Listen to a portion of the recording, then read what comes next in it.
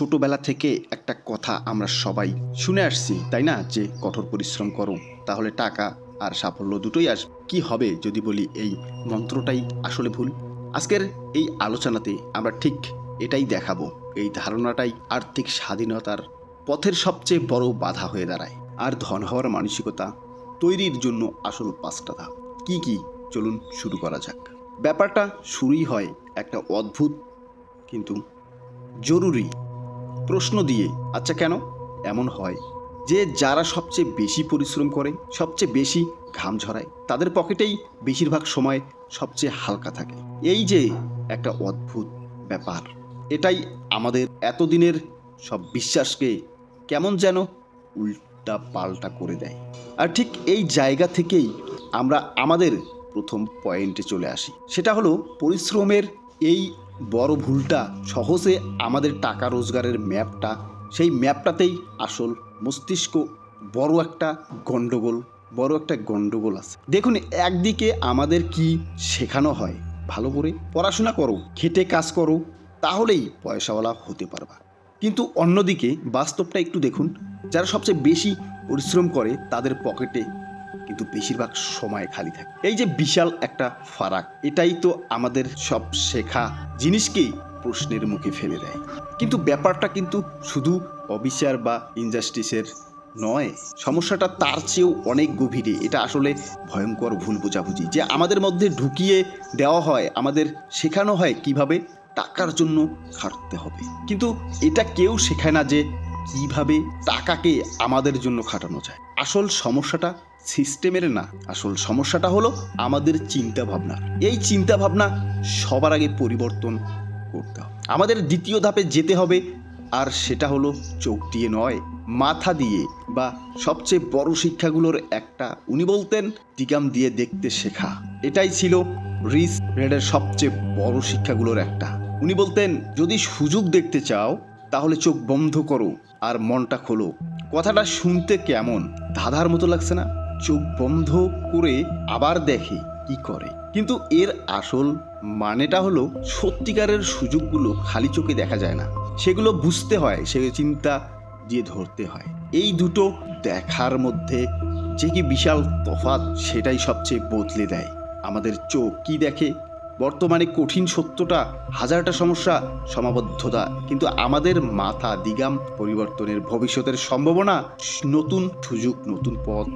আর এটাই হলো আসল সুযোগ খোঁজেন, আর গরিব মানসিকতার মানুষ শুধু বাধাগুলোই দেখতে পায়। আর এটাই হলো সবচেয়ে জরুরি কথা। সুযোগ কিন্তু ঢাকঢোল পিটিয়ে আসে না, সুযোগ নিঃশব্দে আসে, অনেকটা বাতাসের মতো, শুধু অনুভব করা যায়। শুধু চোখের উপর ভরসা করে বসে থাকে তারাই সুযোগকে পাশ দিয়ে চলে যেতে দেখে, ও ধরতে পারে না। আচ্ছা, এবার আসা যাক আমাদের 3 নম্বর ধাপে। এটা হলো ফিনান্সিয়াল লিটারেন্সি বা আর্থিক জ্ঞানের কদম। ঘোরার কথা, যদি টাকার ভাষা বুঝতে হয়, আসলে অ্যাসেট আর লাইবিলিটি মানে সম্পদ আর দায়ের মধ্যকার পার্থক্যটা বুঝতে হবে। এই কথাটা যেন মাথায় গেঁথে নেওয়ার মতো। ধরেন, একজন মানুষ, মধ্যবিত্তরা ভাবে তারা খুব চালাকের সাথে কাজ করছে। ভাবুন একবার, এই এক লাইন কিন্তু সব শ্রেণীর মানুষের টাকার অভ্যাসটা পরিষ্কার হয়ে যায়। তো সম্পদ বা অ্যাসেট জিনিসটা কি? একদম সহজে বললে, সম্পদ হলো এমন একটা জিনিস যা পকেটে টাকা ঢুকায়, এমনকি যখন কেউ ঘুমাচ্ছে তখনও, মানে সেটা থেকে ইনকাম আসবেই। আর দায় বা লাইবিলিটি হলো ঠিক তার উল্টোটা। সোজা কথায়, যা পকেট থেকে টাকা বের করে নিয়ে যায়, যেটা শুধু খরচ বাড়ায় আর বাড়ায়। পার্থক্যটা এখানেই একদম পরিষ্কার। সাধারণ মানসিকতার মানুষ এমন সব দায়ভার, যেমন ধরুন লোককে দেখানোর জন্য একটা করা, অন্যদিকে ধরুন সত্যিকারের সম্পদ টাকা লাগায় যা ভবিষ্যতে আরও টাকা এনে দেবে। তাই কিছু কেনার আগে শুধু একটাই প্রশ্ন করা দরকার, এই জিনিসটা কি পকেটে টাকা আনবে নাকি পকেট থেকে টাকা বের করে নিয়ে যাবে?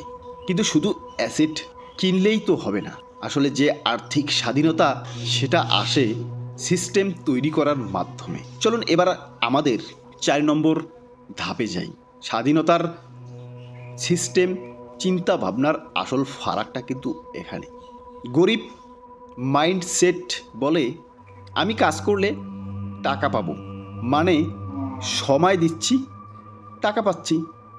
কিন্তু ধন মাইন্ডসেট বলে আমি যদি একটা সিস্টেম বানিয়ে দেই তাহলে টাকা এমনিতেই আসবে। একজন নিজের সময় বিক্রি করছে, আর অন্যজন এমন একটা মেশিন বানাচ্ছে যেটা তার হয়ে কাজ করে। এই যে সিস্টেম জিনিসটা আসলে কি? সিস্টেম হলো এমন কিছু যা আপনি না থাকলেও আপনার অনুপস্থিতিতে আপনার হয়ে কাজ করে। এটা এমনভাবে তৈরি যেখানে টাকার পেছনে দৌড়াতে হয় না, বরং টাকা এসে আপনাকে ধরে। আর এই দুটো মানসিকতার পেছনের লক্ষ্যটা কিন্তু একদম আলাদা। পোর ড্যাডের লক্ষ্য কি? সিকিউরিটি বা নিরাপত্তা, একটা বাধার চাকরি। কিন্তু রিচ ড্যাডের লক্ষ্য হলো ফ্রিডম বা স্বাধীনতা। আসলে নিরাপত্তা হলো মানুষের আসল স্বাধীনতার। এত কিছু জানার পরেও ধনী হওয়ার মানসিকতার পথে সবচেয়ে বড় দেওয়ালটাই দাঁড়িয়ে থাকে, সেটা হলো ভয়।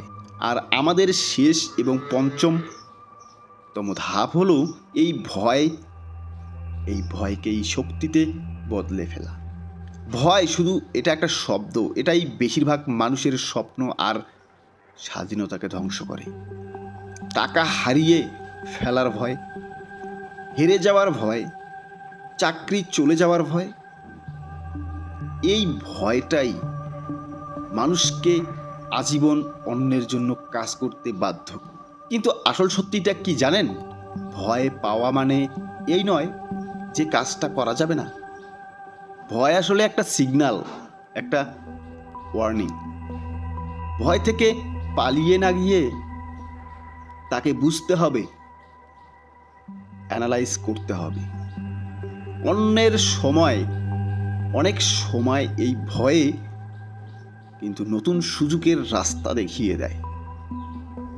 দ্বিতীয়, রিচ ড্যাডের মতে ভয়কে সামলানোর জন্য 3টে সহজ স্টেপ আছে। প্রথম, ভয়টা ঠিক কোথা থেকে আসছে সেটা চিহ্নিত করা। দ্বিতীয়ত, কি হারাতে পারি আর কি পেতে পারি, আরেকটা হিসেব করা। আর 3 নম্বর, একবার হিসাবটা পরিষ্কার হয়ে গেলে সিদ্ধান্ত নিয়ে কাজে নেমে পড়া। একদম অপেক্ষা না করে। আরেকটা কথা মাথায় রাখতে হবে, ফেল করা মানে কিন্তু সব শেষ হয়ে যাওয়া নয়, এবং ব্যর্থতা হলো শেখার সবচেয়ে সেরা উপায়। যে মানুষটা হারতে হারতে ভয় পায় না, সেই একদিন এমন ভাবে যেতে যা অন্যের কল্পনা করতে পারে না। তাহলে এত কিছুর পর মূল কথাটা কি দাঁড়ায়? এই একটা লাইনই হয়তো পুরো ব্যাপারটাকে বুঝিয়ে দেওয়ার জন্য যথেষ্ট। গরিব মানুষ টাকার পেছনে ছোটে, আর ধনী মানুষ ছোটে অ্যাসেটের পিছনে। কারণ টাকা তো আইডিয়া থেকেই তৈরি হয়। আসলে আমাদের চিন্তা ভাবনাই হলো আমাদের সবচেয়ে বড় সম্পদ, অ্যাসেট সম্পদ। আসল প্রশ্নটা হলো, এই চিন্তা ভাবনা কি আমাদের সত্যিকারের স্বাধীনতার দিকে নিয়ে যাবে, নাকি সে পুরনো গোলাম